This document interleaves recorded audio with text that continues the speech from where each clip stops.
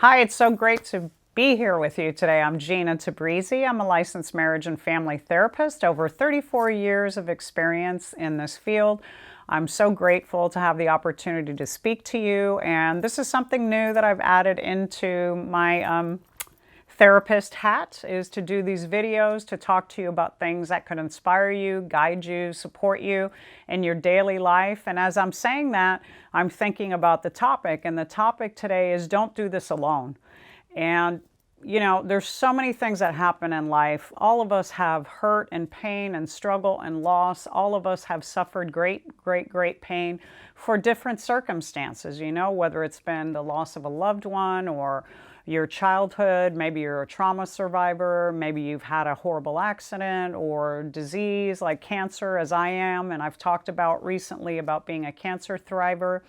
I want to say to you that life is going to come. Circumstances are going to happen. But one of the things that happens in our pain is that we isolate ourselves. We take ourselves away from people and we think, I don't want to be a burden. I don't want them to feel sorry for me. I don't want anybody to pity me. I'm going to say not too long ago, I would say within the last 2 months, I think I even heard myself say that, like, I did. I'm going to admit it. I did. I don't want anybody's pity while I'm going through figuring out what this cancer thing is for me. And what it was I don't pity myself. I don't think about negative things and painful things as something that I should feel sorry for myself about. I think of them as challenges and opportunities to do something different. And many years ago, when cancer first came to visit me in 2016, the thing that it taught me was I should never be alone. And before cancer came, and I went through a horrible depression, and that's a whole other talk that I'll have to tell you one time, because it was more related to my hormones and perimenopause and thyroid and all this stuff. So that is a great subject for another day. But when I was in the depths of that depression, I seriously was suicidal. And there was times I'd look out the window and just think, why am I here? Why don't I just jump? I mean, let's spare myself, my family, and everybody around me the misery. And what it was I was trying to walk through this alone. I was trying not to burden everyone around me. I was a therapist. I was running a treatment facility as their clinical director, and I was trying to keep this on lock. And it was such a huge episode of depression that I could no longer contain it, that I had to start letting people in. There was no choice for me in that. And it saved my life. To pick up a phone felt like it weighed 1,000,000 pounds. And to pick up the phone in the depths of my depression and cry, and on the other side to hear a voice that I knew cared about me. And I'm going to tell you that 90% of the time, the phone calls I made were to friends and then to family, because some of my friends knew me better than my family knew at that time. Because once again, some of the lessons that I learned in my family, I was trying to be the brave soldier for my family and not try to burden them and have them go through this hardship with me. I couldn't hide it from my husband, and I couldn't hide it from my children, because that was my safe haven. That's the place that I hid and that I went to when I was in my darkest. And it's very sad and it's very painful that they had to witness a lot of it. But when I couldn't get myself out of it, when my Gina natural nature of positivity and joy and excitement about life and uplifting people and guiding people and supporting people, when I couldn't muster to pull that voice up inside myself, I had to rely on calling my friends and calling people that loved me and humbling myself and letting them see me in my brokenness.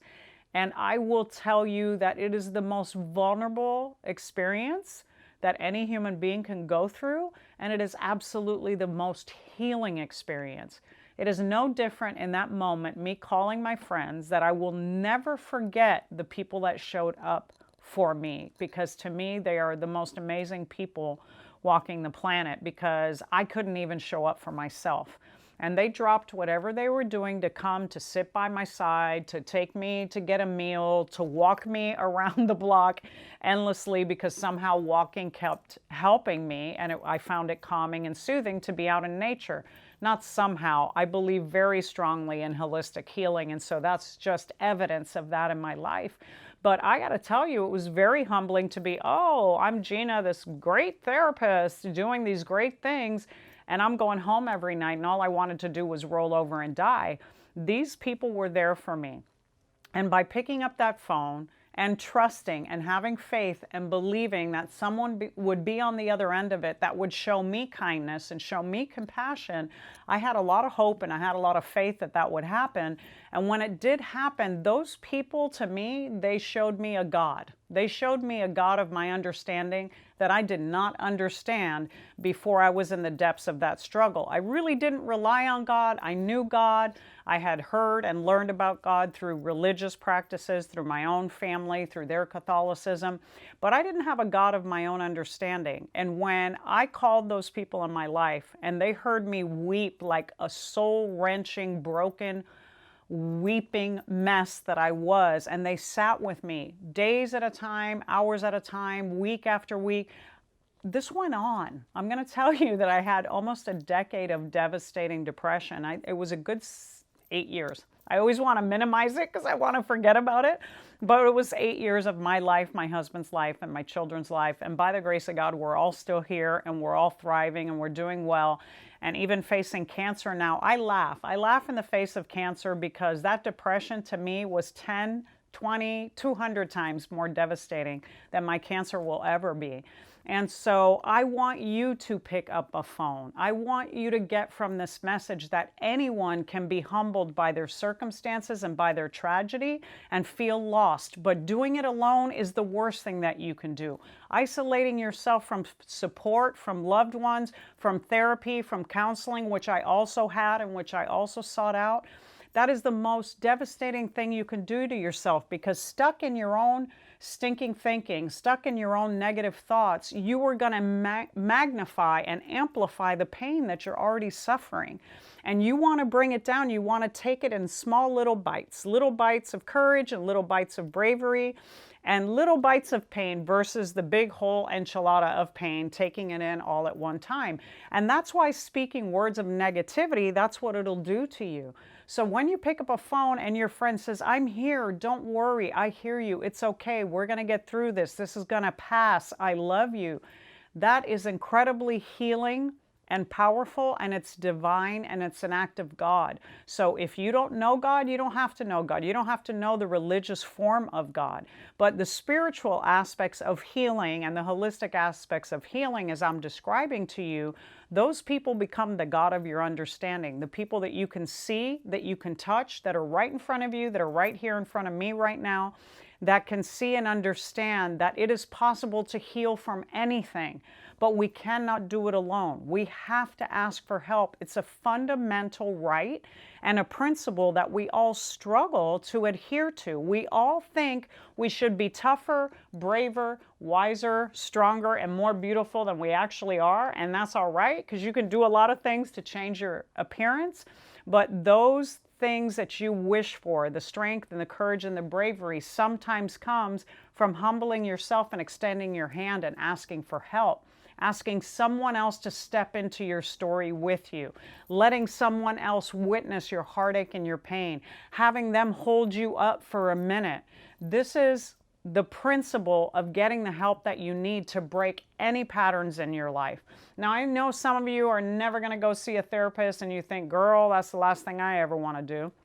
And maybe you'll go to a pastor, maybe you'll go to a church, maybe you'll go to a support group, maybe you'll only go to your family and friends. That's all right. I strongly believe in therapy because of the seat that I sit in and because it changed and transformed my life in many ways. But your path is your path. But no matter what path we are on and what form of healing that we are choosing, we are never meant to do it alone. So today, if you've heard anything that I've said, the strongest message that I want to give to you is we're not here to do this alone. We are not here to suffer alone. We are not here to heal alone. And we're not here to thrive alone. Because even when we go beyond the pain and suffering and we begin to heal and we begin to thrive, everyone else around us becomes part of our story and they are uplifted with us. They also will begin to thrive because your positive, joyous, and healthy energy will then spread to those around you and those you love in the same way that your pain is being spread to those you love. So if you do nothing else today, ask for help, pick up a phone, talk to your friends, talk to your family, talk to somebody that you trust, and know this. There is no shame in feeling whatever you're feeling. If you're feeling sadness, if you're feeling self-loathing, if you're feeling fear, if you're panicked, you're afraid, whatever your emotions are, they're part of being a human being. Stop belittling yourself just because you're feeling something that doesn't fit into your, afternoon routine. It's like messing your vibe, or it's making you not want to go to work or be around other people. Don't belittle yourself for that. Just say, this is an emotion. This too will pass. It happens to be a more painful or a more difficult emotion, but I'm going to trust that if I call a friend, dial a friend, pick up that phone, that they're going to be with me in this, and they're going to be able to say something to me that I wasn't able to come to today, that I'm going to be able to hear and accept, and it's going to change the perspective of my day, and ultimately is going to change the perspective of my life. So whatever illness you have right now, whatever suffering you're having, whatever fears you're experiencing, and whatever troubles you think are so huge that you shouldn't continue living, and don't even for a second entertain or give that any power or strength. Pick up a phone, let somebody know how you're feeling, and invite them into your story of healing. I promise you that your life will change exponentially for the better. So I'm so grateful to you, those of you who tuned in today, and those of you who will watch this video and continue to watch. You're part of my journey of healing too now, because I've reached out to you and I've spoken words to you about my own pain and suffering. So I want to thank you for being witnesses to my story as well. And I believe in you, and I'm hoping for you, and I'm trusting and knowing that you can heal from whatever you're suffering. Just pick up that phone. Thank you.